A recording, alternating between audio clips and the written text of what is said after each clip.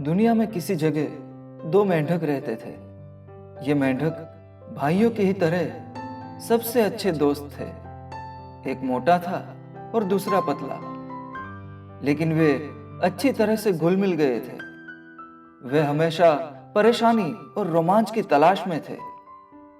एक दिन वे गांव में घूम रहे थे, तब एक किसान ने इन दो जिज्ञासुओं के सामने एक बाल्टी को छोड़ दिया और वे दोनों देखना चाहते थे कि बाल्टी में क्या है।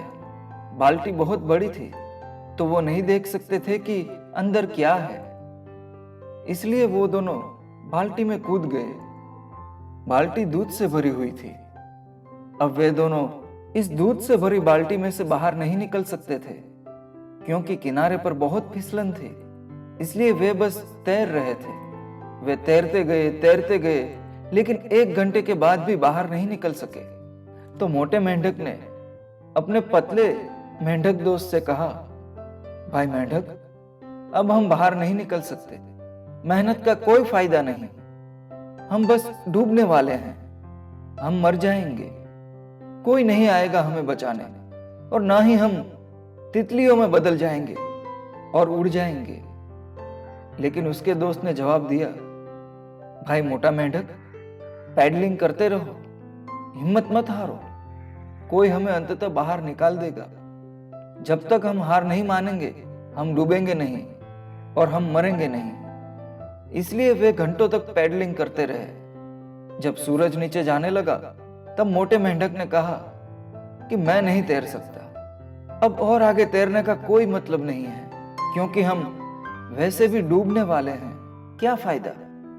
और मोटे मेंढक ने तैरना बंद कर दिया और वो दूध में डूब गया और मर गया।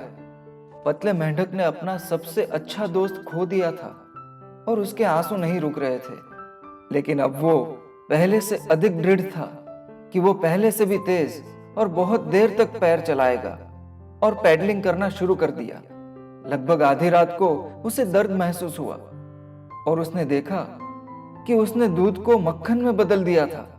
उसने जोर से छलांग लगाई और वो बाल्टी से बाहर कूदने में कामयाब हो गया। बाहर निकलकर वो खुशी से चिल्लाया और वापस जंगल में कूद गया। लेकिन उसे यह भी दुख था कि उसने अपना सबसे अच्छा दोस्त खो दिया। वो जानता था कि वो अपने मोटे दोस्त की मदद करने में सक्षम नहीं था, क्योंकि उसके दोस्त ने हार मानने का फैसला कर लिया था। दोस्तों, हम तब तक नहीं हारते जब तक कि हम हार नहीं मानते। जीवन में कभी हार न माने। जीवन कठिन है, लेकिन आप आपके पास जो कुछ है उसके लिए हमेशा कृतज्ञ रहे और कभी हार न माने और प्रयत्न करते रहना चाहिए। क्या पता जीत शायद हमारे अगले कदम पर ही हो।